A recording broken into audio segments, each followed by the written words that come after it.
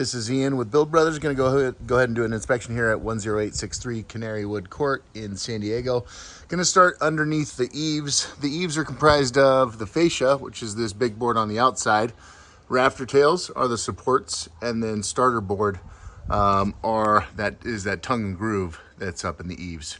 And when we replace a roof, it's very common that we'll have some fascia, some rafter tails, and a lot of starter board that needs to be replaced. I know this house got a fresh paint job, and so it is hard to tell if there was water staining coming through, but based on experience, a roof that is 38 years old or 35 plus years will have quite a bit of damage on the starter board when we pull the old roof off.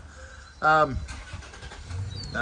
can't actually find any damage because it does have that nice paint job. What was worth mentioning over here? Oh, we've got a solar system. There is 15 panels, and this isn't really part of my inspection, but I figured I would include it.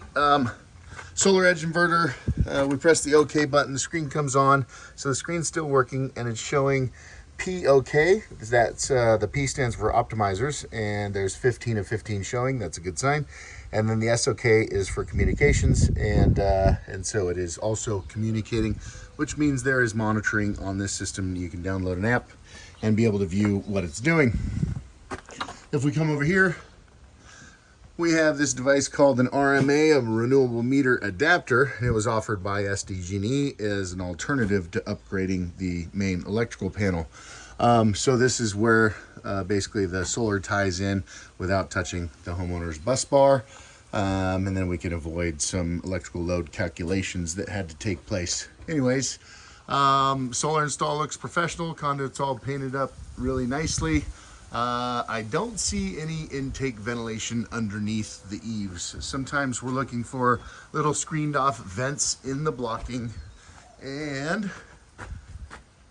I don't see any. On a roof, we're looking for intake ventilation to allow cool air up into the attic space, and then up on the roof, we're looking for exhaust ventilation to let that hot air out. Not very much ventilation on this home. Let's go ahead and make our way around the front and get up on the ladder. I've been up on this lower section here above the garage, and I didn't find a single broken tile. Obviously a good sign. Did not find any evidence of any leaks. The sheet metal pan that's right out the window there on the little flat spot still appeared to be intact and working properly. Gutters are in working condition. This tile is made out of concrete, so this is what we call a concrete S tile, or a Malibu tile. It's kind of these low profile humps that we see. This is called bird stop. That's a good sign. Typically roofs this old probably wouldn't have bird stop. So that's nice that's in there. It keeps rats and birds and fire embers from floating underneath the tile and burning the house down. If this roof had ever been replaced, the telltale sign is a piece of drip edge. It's a metal flashing that covers up this edge here. Been required by building code for the last 25 years or so. And so as we drive around a neighborhood like this, that's the easiest way to tell which homes have been re-roofed and which have not. Typical concrete S-tile roof in San Diego is going to last approximately 25 to 35 years. And we've replaced them as young as 19 years. And then they've also gone out to, 38 and 40 years. But typically it is on borrowed time. It's beyond its life expectancy at that point. Here we had a mismatched tile, so I could tell that this had been replaced. There's no way to put a nail in that, and so I knew it would slide out. There is a bit of mastic over the old nail hole that was no longer used. But you can see how degraded the paper is, and then there is evidence of a repair at some point based on this newer black felt paper that we can just catch a glimpse of right there. I will be sure to get that tile back into place. We've got a cracked and repaired tile there. Cracked and repaired tile there. The solar standoffs that were used on this home were obsolete probably shortly after this installation. I forget the name of these, but they basically required a hole be drilled in the tile, and then that little metal piece of flashing was glued down to the tile. And they did, although these look to be installed very well, there was pretty high failure rates on this style, and so this style went away pretty quickly. What do we have here? 12 here and 3 here, so that's the 15 panels that we saw show up on the inverter downstairs. This tile was also loose, and so I was able to move it again just to get an idea of what the felt looks like underneath the tile. The tile does 99% of the water shedding, but it is up to the paper underneath it to make a roof waterproof.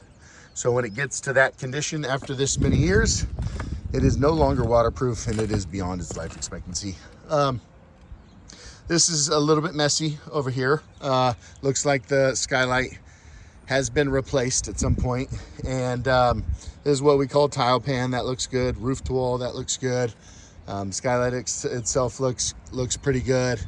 We have new mortar up at the ridge, and that's to stop wind-driven rain from getting underneath that cap. This is a little bit of a concern. That's an exposed nail head, so that means that water is getting in around that nail and making its way down to that felt, that paper, that waterproofing paper that is no longer good. So that's a potential leak hazard. I haven't seen a ton of exposed nails like that. Chances are they tried to get that tile back into place without removing the ridge caps. If we come over here, this was a little bit messy, and so this tile was able to slide out of place. The flashing actually does look good. It brings the water back up on top of the tile, so that it is installed properly. But that's what I wanted to take a look at. I mean, that just looks like that paper is unfortunately long gone. These dormer vents were eliminated shortly after this kind of phase of construction in the past. They created a lot of issues, and so this is the only exhaust vent on the home. When we re-roof this house, we will add probably 6 O'Hagan vents. O'Hagan is the new style of exhaust ventilation that we like to use. If we come over here to the chimney, we can see that the house was pressure washed when it was painted. Oh, there's a cracked tile, which is kind of normal. There's probably 8 or 10 cracked tiles around the house. But there we see what the tile would look like if we re-roof it, reuse the existing tile, then bring in a pressure wash company to clean off all of that buildup that's happened over the years. It's obvious to me that the neighbor's house has been re-roofed. They did reuse the old tile.